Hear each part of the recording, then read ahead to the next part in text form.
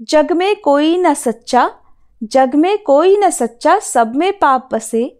कबीरा वही है सच्चा जो खुद से लड़े असे। कबीरदास जी कहते हैं कि इस संसार में हर किसी के भीतर कुछ ना कुछ पाप छिपा हुआ है और सच्चा वही है जो अपने अंदर के बुरे विचारों और पाप कर्मों से लड़ता है, उन्हें परास्त कर देता है। हरे कृष्णा। आप सभी का दिन शुभ और मंगलमय हो। आज दिनांक है 9 दिसंबर सोमवार और मार्गशीर्ष मास के शुक्ल पक्ष की 9वीं तिथि आज सुबह 8:04 से शुरू होकर 10 दिसंबर मंगलवार को सुबह 6:02 तक रहेगी। आज आप सुनेंगे मार्गशीर्ष मास महात्म्य का 24वां अध्याय और आज के अध्याय का शुभारंभ करते हैं ठाकुर जी के एक भक्त की कहानी से। हो सकता है कि आपने कार्तिक मास में इस कहानी को पहले ही सुन लिया हो। अगर आपने सुन लिया हो तो आज इस कहानी को एक बार फिर से सुनकर इसके आगे का महत्व आप जरूर सुनिएगा। संतों के दर्शन या फिर संतों के सत्संग से आपके जीवन में क्या परिवर्तन हो सकता है, ये अब इस कहानी के माध्यम से जानिए। अपने जीवन को अपने गुरु की सेवा में समर्पित कर देना सबसे मुश्किल काम है। एक बार रसिक मुरारी जी ने अपने गुरुदेव से पूछा कि गुरुदेव, हरि कैसे प्रसन्न होते हैं? तब उनके गुरुदेव श्री श्यामानंद जी ने उत्तर दिया कि साधु सेवा से। अगर साधु सेवा नियम, दैन्यता और सच्चे भाव से की जाए तो भगवान स्वयं संतों की जिह्वा से प्रसाद पाते हैं। यदि संतों का चरणामृत उतारा जाए, उनकी आरती की जाए और उन्हें प्रसाद पवाया जाए तो भगवान तो बहुत जल्दी प्रसन्न हो जाते हैं। इसको गुरु आज्ञा मानकर अब तो रसिक मुरारी जी ने संत सेवा का बड़ा विस्तार किया। अब वो रोज संतों को निमंत्रण देकर प्रसाद पवाते और उनकी खूब मन से सेवा करते। लेकिन संत सेवा का व्रत बड़ा कठिन है। कई बाधाएं आती हैं इस काम में, क्योंकि संत अलग अलग स्वभाव के होते हैं। संतों की सेवा बड़ी मुश्किल है। स्वयं भगवान भी कभी कभी आपकी परीक्षा लेने आ सकते हैं, आपका नियम तोड़वाने का भी प्रयास कर सकते हैं और वो आपके सामने ऐसा रूप लेकर भी आ सकते हैं कि आप उनकी अवहेलना कर दें और आपका उनके प्रति भाव ही खराब हो जाए। रसिक मुरारी जी की संतों के चरणामृत के प्रति विशेष भावना थी। वो चरणामृत को एक मटके में रखते, उसे आसन पर विराजमान करते और रोज रोज उसकी परिक्रमा करते, साष्टांग दंडवत कर उस चरणामृत का पान किया करते। यही उनकी असली संपत्ति थी। हर रोज संत सेवा से पहले हर संत का चरणामृत उतारा जाता और उसे सबसे पहले रसिक मुरारी जी के पास ले जाया जाता। एक बार की बात है, रसिक मुरारी जी के यहाँ संत सेवा का उत्सव चल रहा था और संत सेवा का प्रसाद बांटने से पहले सब संतों का चरणामृत उतार कर, यानी कि सब संतों के चरण धुलवाकर जो जल था उसे सीधे मुरारी जी के पास लाया गया। लेकिन उस दिन रसिक मुरारी जी ने कहा कि आज संत चरणामृत में मुझे वो आनंद और स्वाद नहीं मिला। तब उन्होंने कहा कि जरूर किसी न किसी संत के प्रति अपराध बना है, इसीलिए तो आज वो स्वाद नहीं आ रहा। जब चरणामृत उतारने वालों से पूछा गया तो पता चला कि एक संत जिन्हें कुष्ठ रोग था, उनके चरणामृत को नहीं उतारा गया, उनके चरण धोकर उसे पात्र में इकट्ठा नहीं किया गया। रसिक मुरारी जी ने कहा कि इसी अपराध ने तो सभी संतों के चरणामृत के प्रभाव को क्षीण कर दिया है। अब वे स्वयं गए और उन्होंने उन संत की खोज की जिन्हें कुष्ठ रोग था। जब वे मिले तो सम्मान सहित उनका चरणामृत उतारा और उसका पान किया। चरणामृत का पान करने के बाद आंसू बहाते हुए उन्होंने कहा, आहा, अब स्वाद आया है। अगर आप भी संत सेवा करना चाहते हैं तो जान लीजिए कि बड़ा कठिन काम है। हो सकता है कि आप भी किसी संत का चरणामृत उतार कर पी रहे हो और वो आपको लात ही मार दे, फिर भी आपको हाथ जोड़कर विनम्रता पूर्वक खड़े ही रहना है, उसका उत्तर नहीं देना। उस संत को आपको भगाना नहीं है, क्रोध नहीं करना है। भगवान स्वयं संतों के रूप में आपकी परीक्षा लेने जरूर आएंगे यदि आपने संतों की सेवा का नियम लिया है। एक बार रसिक मुरारी जी संत सेवा के महत्व पर चर्चा कर रहे थे। इतने में ही बाहर संत सेवा में खूब हल्ला मचने लगा। एक संत 2 पत्तल मांग रहे थे, जिस बात पर विवाद हुआ। जब रसिक मुरारी जी बाहर देखने गए तो उन संत ने पत्तल में परोसा हुआ प्रसाद रसिक मुरारी जी के मुंह पर फेंक कर मारा। अब कोई और होता तो मारे क्रोध के उन्हें भगा ही देता, लेकिन रसिक मुरारी जी बिल्कुल शांत खड़े रहे। उन्होंने बिल्कुल भी उन पर क्रोध नहीं किया और कहने लगे, हे प्रभु, आपकी हम पर अपार कृपा है कि आपने आज पहले ही अपना उच्छिष्ट यानी संतों का छोड़ा हुआ भोजन, जो ग्रहण करने से आध्यात्मिक उन्नति होती है, वो हमें दे दिया। वो संत रसिक मुरारी जी को कटु वचन भी कहने लगे, खूब गाली गलौज करने लगे, लेकिन फिर भी उन्होंने उन्हें कुछ नहीं कहा। यहाँ तक कि बाकी जो जन थे उन्होंने भी संत को डांटने फटकारने का प्रयास किया, लेकिन उन्हें उन सब को रोक दिया और कहा कि संत महाराज जी, आप तो बहुत करुणामय हैं। अब उन्होंने उनके लिए 2 पत्तल लगाए और अपने परोसने वालों से कहा कि तुम्हारे अंदर सेवा का भाव नहीं है। संत महाराज जी ने तुमसे 2 पत्तल मांगे और तुमसे 2 पत्तल नहीं दिए गए, तुम्हें इस सेवा से निकाला जाता है। संतों के साथ भी भला कोई ऐसा व्यवहार करता है क्या?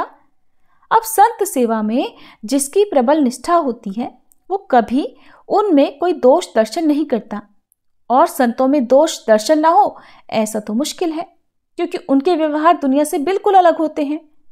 एक दिन रसिक मुरारी जी ने सुना कि सामने वाले बगीचे में संत मंडली आई हुई है, तो वे झट पहुंच गए उनके दर्शन के लिए। संतों का दर्शन आप देखिए बहुत सावधानी से करना चाहिए और ये ध्यान रखना चाहिए कि उनके प्रति कोई दोष दर्शन ना हो जाए, कोई अपराध आपसे ना बन जाए। संत जन इतने पवित्र होते हैं कि उनके दर्शन मात्र से ही पापों का नाश हो जाता है। जब वे दर्शन करने गए तो उनमें से एक संत हुक्का पी रहे थे। संत ने उन्हें देखते ही अपने हुक्के को छुपा लिया। रसिक मुरारी जी ने सोचा कि कहीं इन संत को संकोच ना हो जाए, ऐसा सोचकर वो अपना पेट पकड़कर वहीं बैठ गए। संत महाराज ने पूछा, क्या हुआ? रसिक मुरारी जी कहने लगे, गुरुदेव, मेरे पेट में ना बहुत जोर का दर्द हो रहा है, अगर मुझे हुक्का पीने को मिल जाए तो ये ठीक हो जाएगा। अब तो उन संत ने तुरंत अपना हुक्का निकाला और रसिक मुरारी जी ने उसे मुंह से लगाकर पीने का केवल नाटक किया। दरअसल इसके पीछे तो उनकी मंशा उन संत महाराज के संकोच को दूर करने की थी, जिन्होंने उन्हें देखते ही अपना हुक्का छुपा लिया था। अब ऐसा भी नहीं करना है कि आपने किसी संत महाराज जी के हाथों में हुक्का देखा और आपको रसिक मुरारी जी की कहानी याद आ गई तो आपने भी उनका हुक्का निकाल कर पी लिया। ऐसा आपको नहीं करना है, ये तो सिर्फ भाव हैं। रसिक मुरारी जी भगवत लीला में डूबे हुए संत सेवी थे। उन्होंने संत सेवा के प्रति लोगों की श्रद्धा बढ़ाने के साथ साथ ये भी सिखाया कि संतों में दोष दर्शन या उनकी निंदा तो कभी नहीं करनी चाहिए। वो जैसे भी हों, जिस भी रूप में आपके सामने आते हैं, आपको सिर्फ उनका सम्मान करना है, उनकी सेवा करनी है। साधु सेवा करते समय हमें सावधानी रखनी चाहिए ताकि उसके कारण हमारा साधन न बिगड़ पाए। तो ये थी आज की कहानी। अब सुनिए मार्गशीर्ष मास महात्म्य का आज का अध्याय। इससे पहले के अध्याय में आपने जाना था कि किस प्रकार भगवान श्री कृष्ण ने कालिया नाग का दमन किया था, किस प्रकार कालिया नाग को उन्होंने रमणक द्वीप पर वापस भेजा था। लेकिन इससे पहले रमणक द्वीप पर ही कालिया नाग रहता तो था, लेकिन वो यमुना जी में कैसे आया, इसका वृतांत आज के इस अध्याय में आप प्रस्तान करने वाले हैं। नारद जी ने पूछा, हे जगत गुरु, अपने पहले के उत्तम भवन को छोड़कर कालिया यमुना तट को क्यों चला गया था, इसका रहस्य भी मुझे बताइए। तब भगवान श्री नारायण ने कहा, हे नारद सुनो, मैं उस प्राचीन इतिहास का वर्णन कर रहा हूँ जिसे मैंने सूर्य ग्रहण के समय मलयाचल पर सुप्रभा नदी के पश्चिम किनारे श्री कृष्ण कथा के प्रसंग में अपने पिता धर्म के मुख से सुना था। पुलह ने धर्म से अपना संदेह पूछा था। तब कृपा निधान धर्म ने मुनियों की सभा में इस आश्चर्यमय आख्यान को सुनाया था। नारद, वही मैंने इसे सुना था, इसलिए कहता हूँ, सुनो। भगवान शेष की आज्ञा से नागगण हर वर्ष कार्तिक की पूर्णिमा को भय के कारण गरुड़ देव की पूजा करते हैं। पुष्प, धूप, दीप, नैवेद्य और तरह तरह की उपहार सामग्री अर्पित करके प्रसन्नता से उनकी पूजा आराधना करते हैं। महातीर्थ पुष्कर में भक्ति पूर्वक भली भांति स्नान करके कालिया ने अहंकारवश उक्त तिथि को गरुड़ की पूजा नहीं की। नागों द्वारा जो पूजा की सामग्री एकत्र की गई थी उसे कालिया नाग बलपूर्वक खाने को तत्पर हो गया। तब सभी नाग उस मदमत्त कालिया को रोकने लगे और उसे नीति की बात बताने लगे कि ऐसा करना उचित नहीं है। जब किसी भी तरह वे कालिया को रोकने में समर्थ नहीं हो सके, तब सहसा वहां पक्षीराज गरुड़ प्रकट हो गए। मुने, गरुड़ को आया देखकर नागगण कालिया के प्राणों की रक्षा करने के लिए जब तक सूर्योदय नहीं हुआ तब तक पूरी शक्ति लगाकर उनके साथ युद्ध करते रहे। अंत में पक्षीराज के तेज से उद्विग्न होकर वे सब के सब भाग खड़े हुए और सबके अभयदाता भगवान अनंत की शरण में पहुंच गए। नागों को भागते देखकर करुणा निधान कालिया वहां निशंक भाव से खड़ा रहा। उसने गरुड़ की ओर देखा और श्रीहरि के चरण कमलों का चिंतन करके गरुड़ के साथ युद्ध आरंभ कर दिया।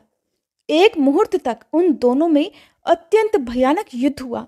अंत में गरुड़ के तेज से नागराज कालिया को पराजित होना पड़ा। फिर तो वह भागा और यमुना जी के उसी कुंड में चला गया जहां सौभरी के श्राप से पक्षीराज गरुड़ कभी नहीं जा सकते थे। गरुड़ के भय से नाग वहीं रहने लगा। पीछे से उसके परिवार के बाकी सदस्य भी वहीं चले गए। नारद जी ने पूछा, भगवान, गरुड़ को सौभरी का श्राप कैसे प्राप्त हुआ? भगवान के वाहन होकर भी गरुड़ उस जगह पर क्यों नहीं जा सकते थे? तब भगवान नारायण बोले, उस कुंड में सौभरी मुनि 1 सहस्त्र दिव्य वर्षों तक तपस्या करके महासिद्ध होकर श्री कृष्ण के चरण कमलों का ध्यान करते थे। उन ध्यान परायण मुनि के समीप पक्षीराज गरुड़ यमुना जी के जल में और किनारे में भी अपने गणों के साथ प्रसन्नता पूर्वक निशंक विचरा करते थे। वे अपनी उत्कृष्ट इच्छा से प्रेरित होकर कभी पूंछ कभी पंख को ऊपर उठाकर मुनि के अगल बगल में उनकी बड़ी आनंद पूर्वक परिक्रमा करते हुए आते जाते थे। एक दिन उन्होंने परिवार सहित विशालकाय मीन को देखा। देखते ही देखते गरुड़ ने मुनिंद्र के निकट से ही उस मीन अर्थात मछली को चोंच से पकड़ लिया। मछली को मुंह में दबाए जाते हुए गरुड़ को मुनि ने बड़ी क्रोधपूर्ण दृष्टि से देखा। मुनि की उस दृष्टि से गरुड़ कांप उठे और वह महामत्स्य उनकी चोंच से छूटकर पानी में गिर पड़ा। गरुड़ के डर से वह मछली मुनि के पास ठहर गई और उन्हीं की शरण में आ गई। जब गरुड़ पुनः उसे लेने को तत्पर हुए तब मुनि ने उनसे कहा। सौभरी बोले, पक्षीराज, मेरे पास से दूर हटो।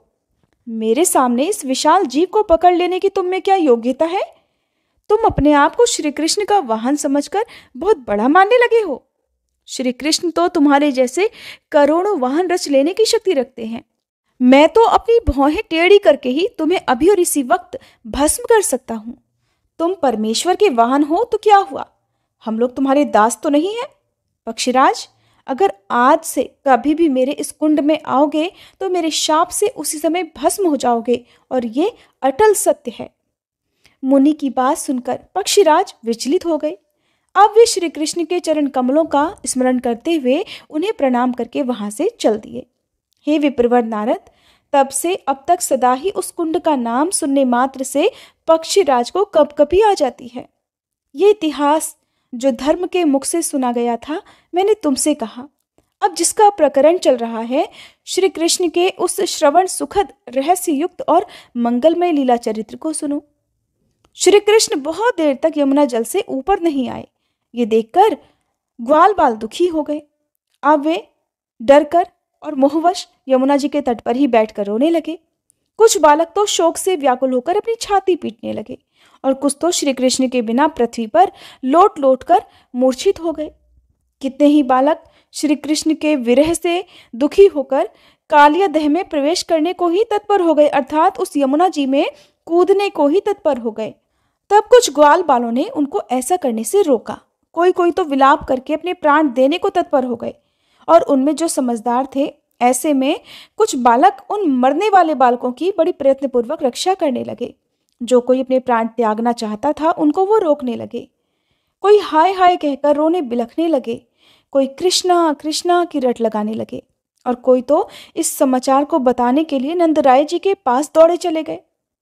कुछ बालक वहां पर शोक, भय और मोह से व्याकुल होकर एक दूसरे से इस प्रकार कहने लगे कि अब हम क्या करें, हमारे श्री कृष्ण कहाँ चले गए?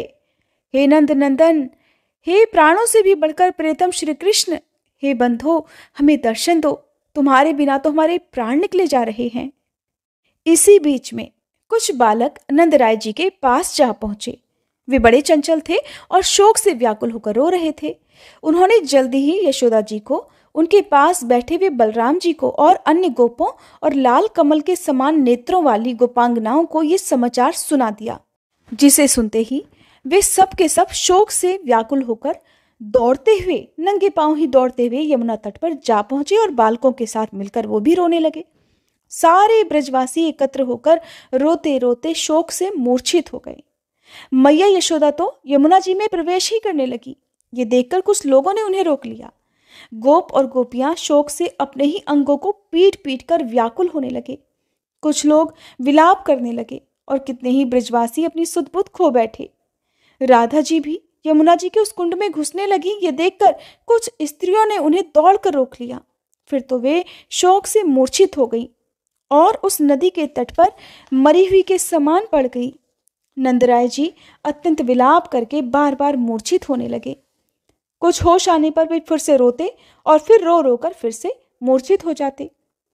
उस समय ज्ञानियों में श्रेष्ठ बलराम जी ने अत्यंत विलाप करते हुए नंद जी को, शोक से कातर हुई यशोदा को, गोपों और गोपांगनाओं को, अत्यंत मूर्छित राधिका को, रोते हुए सभी बालकों को और शोकग्रस्त हुई सभी गोप बालिकाओं को धीरज बंधाते हुए इस प्रकार समझाना आरंभ किया कि हे गोपों, हे गोपियों और बालकों, सब लोग मेरी बात सुनो। हे नंद बाबा, ज्ञान शिरोमणि गर्ग जी की बातों को याद करो, जो जगत का भार उठाने वाले शेष के भी आधारभूत हैं, संहारकारी शंकर जी के भी संहारक हैं और विधाता के भी विधाता हैं। उनकी इस भूतल पर भला किससे पराजय हो सकती है? श्री कृष्ण अणु से भी अणु और परम महान हैं। इनका कोई भी आदि, मध्य और अंत नहीं है। जब सारा ब्रह्मांड एकार्णव के जल में मगन हो जाता है, तब ये श्री कृष्ण जल में शयन करते हैं। उस समय इनकी नाभि से जो कमल पैदा होता है, उसी से ब्रह्मा जी का प्राकट्य होता है। जिन्हें एकार्णव के जल में भी भय नहीं है, उन्हीं परमेश्वर के लिए इस कालियादह में विपत्ति की संभावना कितना महान अज्ञान है। पिताजी, अगर एक मच्छर सारे ब्रह्मांड को निगल जाने में समर्थ हो जाए, तो भी उन ब्रह्मांड नायक को वह सर्प कभी भी अपना शिकार नहीं बना सकता। ये मैंने परम उत्तम संपूर्ण आध्यात्मिक ज्ञान की बात कही है, और ये तो गूढ़ ज्ञान योगियों के लिए सार की वस्तु है। बलदेव जी की बात सुनकर और गर्ग जी के वचनों को याद करके फिर नंद जी ने शोक को त्याग दिया। फिर बाकी सभी लोगों का शोक भी जाता रहा। सबने बलदेव जी के इस प्रबोधन को ही मान लिया, लेकिन यशोदा जी और राधिका जी को इससे बिल्कुल भी संतोष नहीं हुआ। प्रियजन के विरह के विषय में मन किसी भी प्रकार के समझाने को मानता ही नहीं। जब तक कि प्रियजन का मिलन ना हो जाए, तब तक केवल समझाने बुझाने से मन को शांति मिल ही नहीं सकती। मुने इसी समय ब्रजवासियों और समस्त गोप गोपियों ने श्री कृष्ण को जल से ऊपर की ओर उछलते देखा। इससे उनके हर्ष की कोई सीमा नहीं रही। वो सब प्रसन्न हो गए। उनका शरतकाल की पूर्णिमा के चंद्रमा की तरह परम मनोहर मुख और उनकी मंद मंद मुस्कान मन को बरबसी अपनी ओर खींचे लेती थी। पानी से निकलने पर भी वस्त्र उनके भीगे नहीं थे, शरीर भी गीला नहीं था। भाल देश में चंदन और नेत्रों में अंजन का श्रृंगार भी बिल्कुल वैसा ही था। समस्त आभूषणों से अलंकृत, सिर पर मोर मुकुट का पंख धारण किए हुए, अधरों में मुरली लगाए हुए अच्युत श्री कृष्ण ब्रह्म तेज से प्रकाशित हो रहे थे। अब तो यशोदा जी अपने लाला को देखते ही छाती से लगाकर मुस्कुरा उठी और उनके मुख को चूमने लगी। उस समय उनके नेत्र और मुख प्रसन्नता से खिल उठे। फिर नंद जी, बलराम जी और रोहिणी ने बारी बारी से श्याम सुंदर को बड़े हर्ष से अपने हृदय से लगाया। सब लोग एकटक होकर गोविंद के श्रीमुख का दर्शन करने लगे। प्रेम से अंधे हुए सभी ग्वाल बालों ने श्री कृष्ण का आलिंगन किया। गोपांगनाएं भी अपनी प्यासी आंखों के द्वारा उनके मुखचंद्र की मधुर सुधा का पान करने लगी। इतने में ही वहां पर सहसा वन के अंदर भाग को दावानल ने ढक लिया। उन सबके साथ गौओं का सारा समुदाय भी उस दावाग्नि से घिर गया। वन के अंदर चारों ओर पर्वत के समान आग की ऊंची ऊंची लपटें उठने लगी। ये देखकर सबने अपना नाश अब निकट ही समझा। उस अचानक आए संकट से सब डर गए। उस समय सारे ब्रजवासी, गोपीजन और ग्वाल बाल बड़े दुखी होकर भक्ति से सिर झुकाकर दोनों हाथ जोड़कर श्री कृष्ण की स्तुति करने लगे। ग्वाल बाल बोले, हे ब्राह्मण, हे मधुसूदन, आपने सभी आपत्तियों में जैसे हमारे कुल की रक्षा की है, उसी प्रकार अब आप हमें इस दावानल से भी बचाइए। हे जगतपते, आप ही हमारे इष्ट देवता हैं और आप ही हमारे कुल देवता। संसार की सृष्टि, पालन और संहार करने वाले भी आप ही हैं। अग्नि, वरुण, चंद्रमा, सूर्य, यम, कुबेर, वायु, ईशान आदि देवता, ब्रह्मा, शिव, शेष, धर्म, इंद्र, मुनीन्द्र, मनु, मानव, अन्य जो भी चराचर प्राणी हैं, वे सब के सब आपकी ही विभूतियां हैं। हे गोविंद, हमें अभय दीजिए और इस अग्नि का संहार कर दीजिए। हम आपकी शरण में हैं, हमारी रक्षा कीजिए। ऐसा कहकर वे सब लोग श्री कृष्ण के चरण कमलों का चिंतन करते हुए खड़े हो गए। श्री कृष्ण की अमृतमयी दृष्टि पड़ते ही वन के भीतर जल रहा दावानल भी दूर हो गया। अब तो वे सभी ग्वाल बाल मोद मगन होकर नाचने लगे। क्यों न हो, श्री कृष्ण के स्मरण मात्र से ही सारी विपत्तियां जो नष्ट हो जाती हैं। जो भी भक्त प्रातःकाल उठकर इस परम पुण्यमय स्तोत्र का पाठ करता है, उसे जन्म जन्म में कभी भी अग्नि से भय नहीं होता। शत्रुओं से घिर जाने पर, दावानल में आ जाने पर, भारी विपत्ति में पड़ने पर और प्राण संकट के समय इस स्तोत्र का पाठ करके मनुष्य सभी दुखों से मुक्त हो जाता है और इसमें संशय भी नहीं है। शत्रुओं की सेना क्षीण हो जाती है और वह मनुष्य युद्ध में सर्वत्र विजयी होता है। वह इस लोक में श्री हरि की भक्ति और अंत में उनके दास से सुख को अवश्य ही पा लेता है। भगवान श्री नारायण कहते हैं, हे नारद, सुनो, दावानल से उन सब का उद्धार करके श्री कृष्ण फिर उन सब के साथ अपने घर में चले गए। वहां नंद जी ने बड़े आनंद से ब्राह्मणों को प्रचुर धन का दान किया और ज्ञाति वर्ग के लोगों और भाई बंधुओं को बड़े प्रेम से स्वादिष्ट भोजन कराया। तरह तरह का मंगल कृत्य और श्री हरि नाम संकीर्तन कराया। ब्राह्मणों द्वारा बड़ी प्रसन्नता से वेद पाठ करवाया। इस प्रकार वृंदावन के घर घर में वे सब गोप श्री कृष्ण के चरण कमलों के चिंतन में अपने मन को एकाग्र करके आनंद से रहने लगे। श्री हरि का ये मंगलमय चरित्र कहा गया। हरे कृष्णा। आज के अध्याय में बस इतना ही। इसके आगे की लीला कथाओं का श्रवण आप सभी अगली कथा में कीजिएगा। अब सुनिए श्री कृष्ण चालीसा पाठ। बंशी शोभित कर मधुर, नील जलद तन श्याम, अरुण अधर जनु बिंबा फल, नयन कमल अभिराम, पूर्ण इंद्र अरविंद मुख, पीतांबर शुभ साज, जय मन मोहन मदन छवि, कृष्ण चंद्र महाराज। जय यदुनंदन जय जगवंदन, जय वसुदेव देवकी नंदन, जय यशोदासुत नंद दुलारे, जय प्रभु भक्तन के धृग तारे, जय नट नागर नाग नथैया, कृष्ण कन्हैया धेनु चरैया, पुनि नख पर प्रभु गिरिवर धारो, आओ दीनन कष्ट निवारो, वंशी मधुर अधर धरि तेरी, होवे पूर्ण मनोरथ मेरो, आओ हरि पुनि माखन चाखो, आज लाज भारत की राखो, गोल कपोल चिबुक अरुणारे, मृदु मुस्कान मोहिनी डारे, रंजित राजीव नयन विशाला, मोर मुकुट वैजंती माला, कुंडल श्रवण पीत पट आछे, कटी किंकणी काछन काछे, नील जलज सुंदर तन सोहे, छवि लखि सुर नर मुनि मन मोहे, मस्तक तिलक अलक घुंघराले, आओ कृष्ण बांसुरी वाले, करी पय पान पूत नहीं तार्यो, अका बका कागा सुर मार्यो, मधुवन जलत अग्नि जब ज्वाला, भय शीतल लखित ही नंद लाला, सुरपति जब ब्रज चढ़ियो रिसाई, मसूर धार वारी वर्षाई, लगत लगत ब्रज चहन बहायो, गोवर्धन नखधारी बचायो। लखी यशोदा मन भ्रम अधिकाई, मुख मह 14 भुवन दिखाई।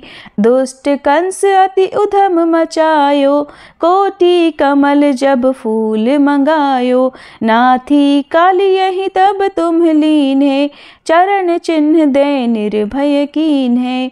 करी गोपिन संग रास विलासा, सबकी पूरन करी अभिलाषा। केतिक मह असुर संग हार्यो, कंस ही केस पकड़ दे मार्यो। मात पिता की बंदी छुड़ाई, उगर सेन कह राज दिलाई। मही से मृतक 6 सुत लायो, मातु देव की शोक मिटायो। भौमासुर मुर दैत्य संहारो, लाए 18 सहस कुमारो।